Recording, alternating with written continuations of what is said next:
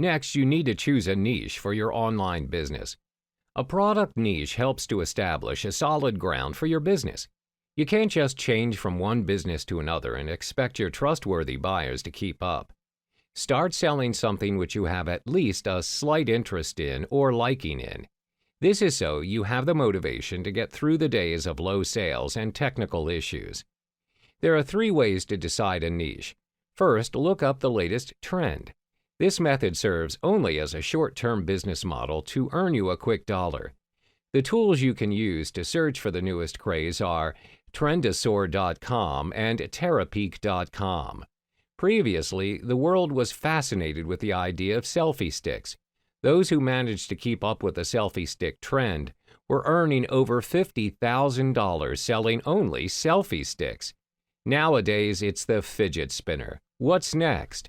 Next is to look up any e-commerce website like Amazon and eBay and search for its bestseller list.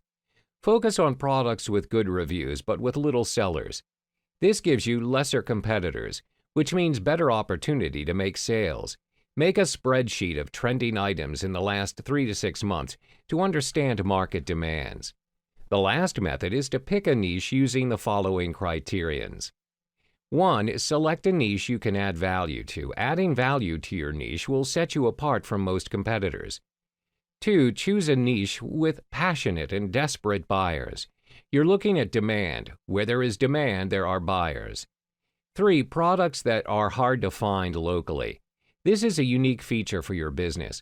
It'll be easier for customers to look for you because of your products.